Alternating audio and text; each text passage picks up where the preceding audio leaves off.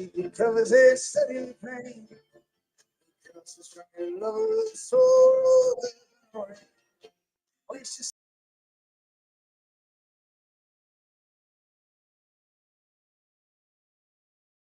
It's understood. All the redemption I can always be.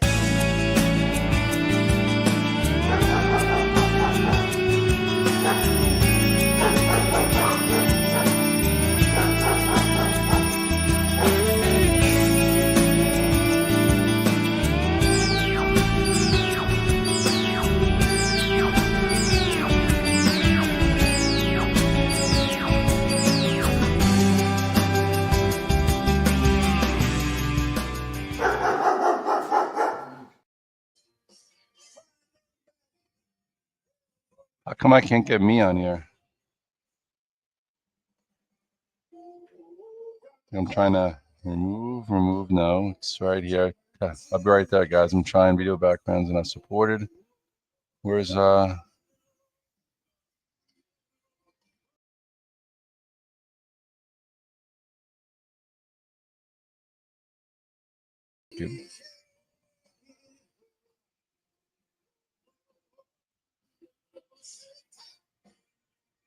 I log out and log in?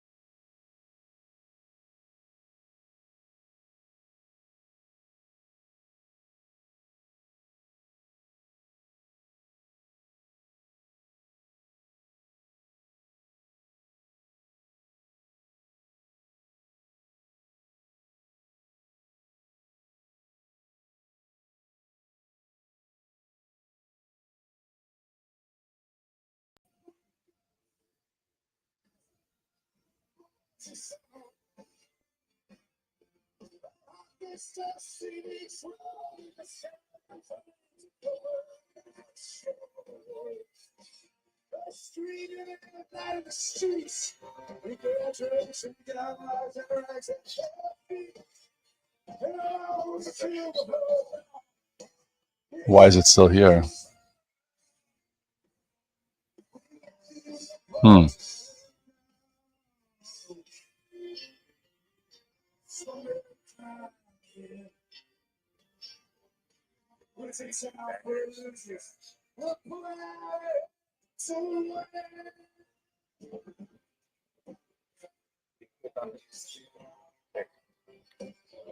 I'm sorry about that, guys.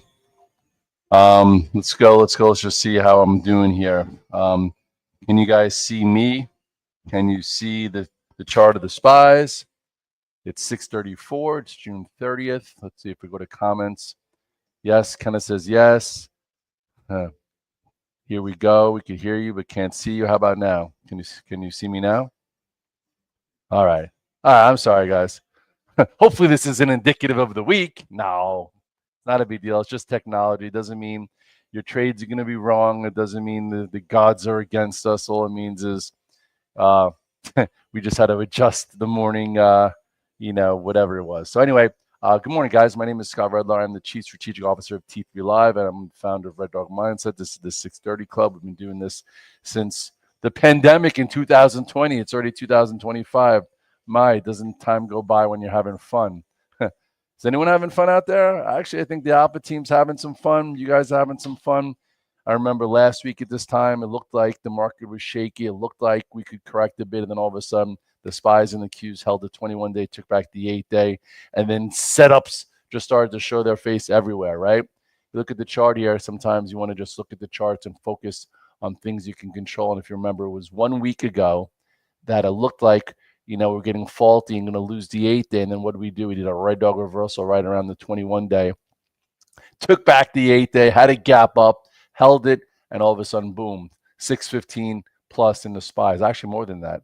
How did we get? We got to 616.39. So anyway, I've been reading a lot this weekend, and it's like, the amount of banter out there of like where we should be, why we should be. You have the Bears, chirping. You have people like it just. if you look at the charts and if you look at a system and a process, you're always going to be just fine. If you have multiple ways to approach the market, meaning lots of different accounts, I talk about your 401k every single month, your 529 for college, a blood in the street account that we put to work twice. And then if you trade for a living, catching the sequences, and if you look right from here, the spies have been above the 21 day pretty much since April 24th. So since April 24th or so, every dip has been bought, and you've had lots and lots and lots and lots and lots and lots of setups. So anyway, what do you do now? With the spies opening up 270, you trim and trail. You have a gap in your favor, so you need to reduce some, right, and figure it out. The Qs also. Remember the cup and handle pattern that we were talking about? Remember this big cup handle? Then we wound up, the Qs took out 534, took out 540.80, and look at it trending higher. If you remember last week at this time, it's funny, I talked about this in the 20 at 520 this morning from the sauna. Last week, we started out on Monday with a blockbuster move in Tesla, right? Blockbuster, ignited, went. That was Monday, made really big money from options from that. And then on Tuesday, I got stopped out of Tesla. Stopped out, right? This was Monday, and this was Tuesday, and I was done. But instead of getting upset, and instead of get revenge trading, instead of saying why me, woe is me, big deal, you lost some money, we went to Nvidia. Remember Nvidia through 146.18? What a money trade. So we pivoted.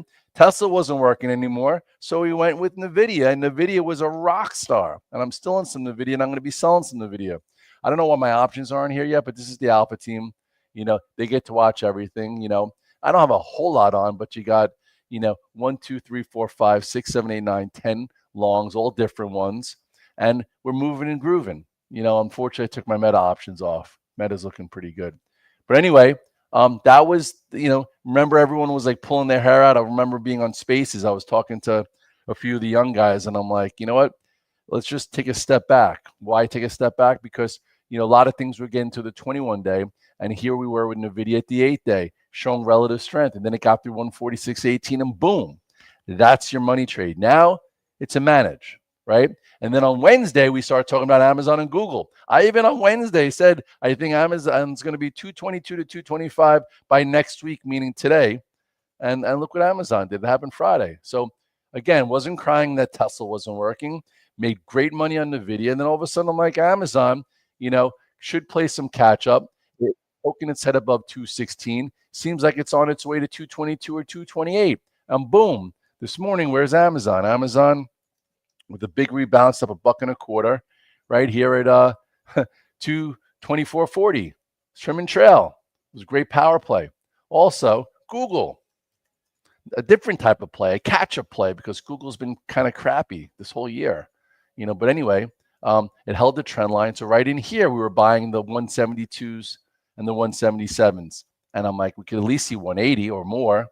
And Google this morning is at 180.75. Just like that. All different types of trades. If you're looking for different types of trades, you're looking for different types of setups, and you're moving around, you're always going to make money.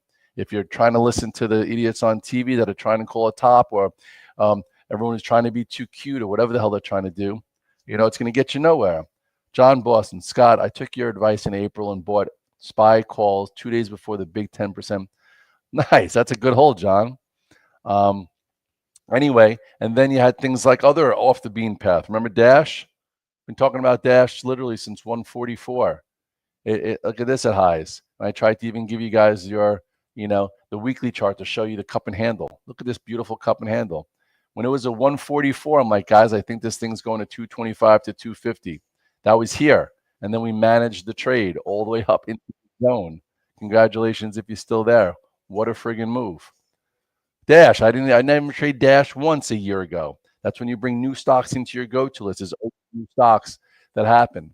So anyway, that's been unbelievable. And then ASTS, I had no idea what ASTS was. First, and I missed this move. Missed it.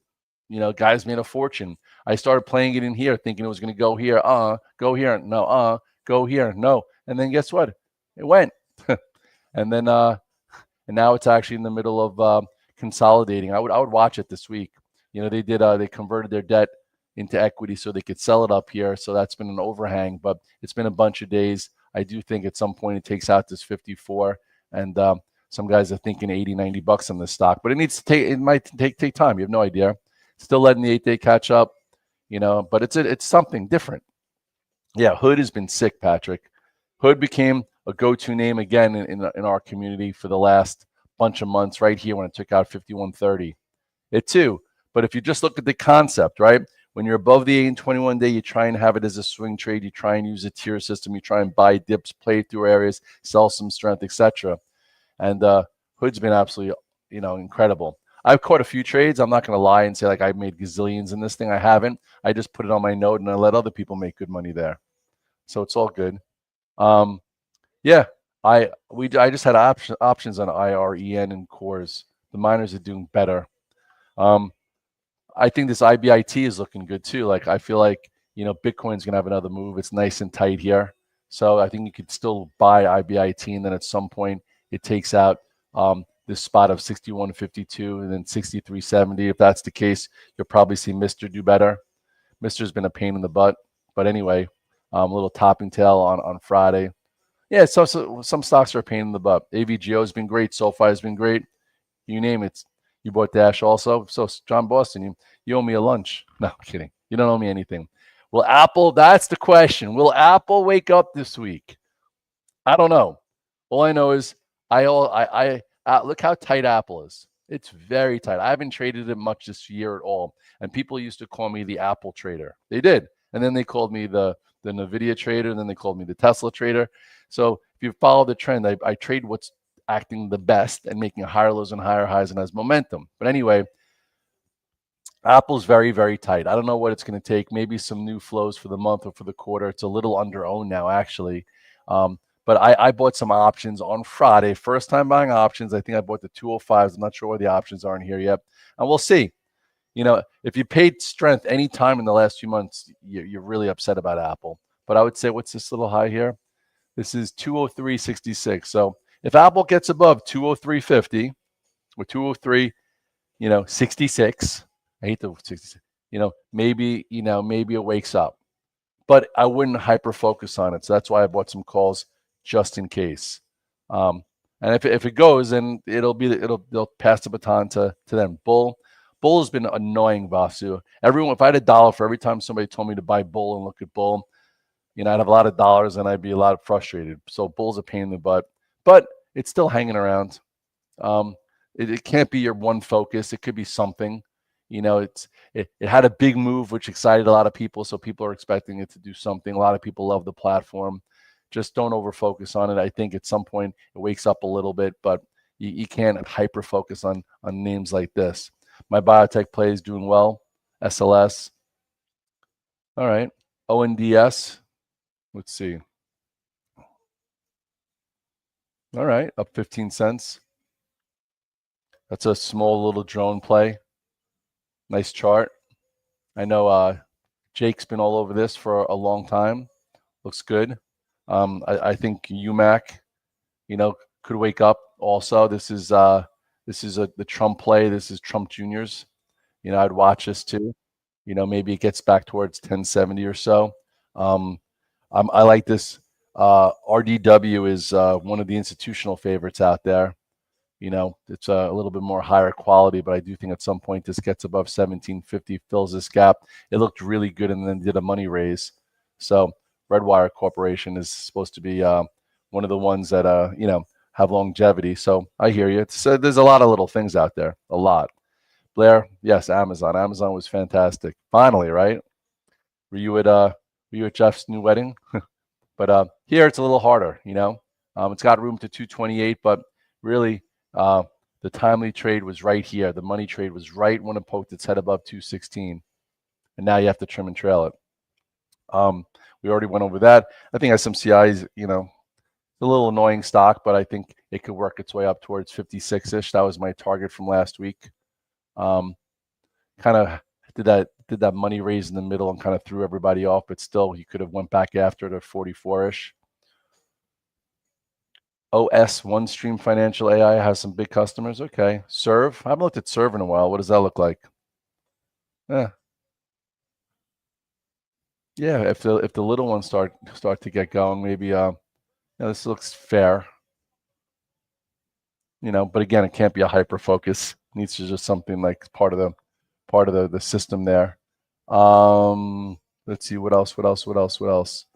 Um, what else? I feel like, this is a tough day. Like if you don't come in super, if you don't come in long, to all of a sudden, come in with the guns blazing, buying this up open. I don't know where you've been. You've been sleeping. Again, last Monday was different than this one. You're talking 1, 2, 3, 4, 5, 6 days later after a lot of movement. So I wouldn't revenge trade, but I would just be a little careful buying new things in the first 30 to 60 minutes, especially spies and Qs wise. What up, Joe? SMR, yeah, some of the nuclear names have been doing really well. This has been consolidating for a while here. So maybe there's another move there. Last time guys made good money in this one was when I had this nice little bull flag right here. Woke up, bull flag continued. Oklo, a lot of these reactive plays have been great. I haven't been as active in them. I have so much going on, but it looks decent. Um, LRCX looks decent. Let me see. I haven't looked at this name in a long time. As you can see by the chart, looks decent. Looks great actually. This is a lot of things are working their way up to their prior highs. LRCX has been above the 8 day, looking pretty good. ARM, semiconductor wise, has been good. Look at that, you know, working its way back towards highs. I could go over 20 stocks that are all over the 8 day, the 21 day, working higher. So that's why it's like you don't have to be in everything to make a living. You have to get to know a go-to list. Sometimes there are better setups than others. Sometimes it's a money trade like we had with Amazon and Google last Wednesday, Thursday, or Nvidia was a money trade when it got above one. And sometimes it goes from a money trade to just a trade management. And now if you're looking for a new money trade, they're a little harder to find. CRCL, I made good money with puts there. I think it's getting close to something here. It was funny. I was at actually a party yesterday. One of those when the parents have a party because all their kids go to sleepaway camp. For those of you from around the world who don't know sleepaway camp, that's when everyone sends their kids to camp for 5 to 7 weeks, and then the parents have like a honeymoon again. But anyway, so they had a pool party, and there was a guy there from Goldman Sachs who I'm good friends with, and we were talking about this, and he was part of the underwriting. He's like, boy, did everyone screw it up. Like, because obviously it came out here and it went to 298. So I'm like, there was a great trade. Thank goodness they priced it too low. So they're like, everyone's going to put an initiation on it, and they all have to put lower numbers on it because they all screwed it up. A lot of them, the way it came out, they can't put a $300 price target if it came public at 40 or 60. So anyway, you're seeing like neutrals and this and that because they're all behind. So I would think that you could watch this a little bit more now. This is 175.60. I wouldn't be surprised if it does like a little red dog reversal and you could be a buyer in this. If you remember on this day, we were buying the 250 puts and I bought them for $15. I sold them up to 29. Kind of screwed it up because I could have sold it for 60 or 70, but whatever. Michael B says, WRD, I'm still holding long-term. Lots of good news there. I think one day it wakes up. Full option flow for the long dated $18 calls recently. Meeting in Singapore may open that market soon. I'll take a look. That was a hard one too. But anyway, so see what happens here. 175.60. What's it doing this morning? CRCL. It's down 5. So I don't think anyone is long. It broke the 8 day, but 175 at some point, maybe there's a trade there. So you can watch it for this week, even if it's just a small bounce. And as far as WRD, this is just an annoying trade. I tried it a few times. I tried it in here. I didn't do horrible, but it's nothing. If you want to do something here, if you think it's going to wake up and have that big day and you don't want to miss it, I would say just go out and buy like $12 calls and go out to September. They're probably dirt cheap, and if it wakes up and goes, you won't miss it. But other than that, there are some names that are just problems, and Michael, that's been a problem, at least for me. GME, it's nothing. Disney, look at that. Remember when they couldn't give Disney away a few months ago, and then all of a sudden, some people say, hey, Red Dog, how does this stock get reborn? Well, you have a gap up that doesn't get filled, another gap up that doesn't get filled, and at this point, I probably wouldn't be buying Disney. It's a little extended from a day trade type of thing, but if you're long Disney for the past decade, you're doing just fine. So it's Palantir. Palantir is funny. So it wasn't really that funny, but the guys that play the rebounds, they're like Palantir's a huge sell, stay away. So some people made some good money on the lotto puts, but then they also put MOCs on to buy the close. If you bought the close in Palantir, you're getting paid. It's up 6. I would just trim it, take that trade if you bought on the close and give it a little bit of time to rebuild. Some people are like, what does this mean? Does it mean the market's going to crash? I'm like, well, it means if you are long too much on Friday, you got hurt. If you got short, with a lotto puts, great. And now I just think it needs some time. So I wouldn't overtrade Palantir. I wouldn't just short the up open because it was down so much on Friday. It was all mechanical with the rebound. Sometimes you got to know what's going on out there. Got to know. That's why, it's great to have the alpha team with 500 people. Everyone's from different walks. Some are on the institutional side, some are on the buy side, some are analysts, some just play rebalances, some do everything out there. So at least you know what could be going on. You don't base it. A lot of people have gotten crushed saying, oh, this is huge for a sell, and it flips into a buy and they get crushed. But at least if you know something funky is going to go on at 350, whether you could profit from it or not, is just at least, it's half the battle knowing. And that's my job, to make sure that everyone is in the know what's going on, stays safe, but becomes consistent and makes money. And anyway, I think a lot of my guys are at the highs of their year in lots of different accounts. If that's you, congratulations. If you're not, say it's my fault, meaning your fault. Your fault for, being too pessimistic, for probably watching CNN and MSNBC. And not that there's anything wrong with that. I'm just saying, turn the TVs off and put your charts up. Look at the 21-day moving average. When you're above it, like the SPYs have been pretty much since April, you want to be opportunistic. You want to be finding setups. You want to be looking for leaders, and you want to be making money. Hopefully the 630 Club helped you. And if you're part of the Alpha team, even better. I appreciate you guys. Good luck. Last day of the month.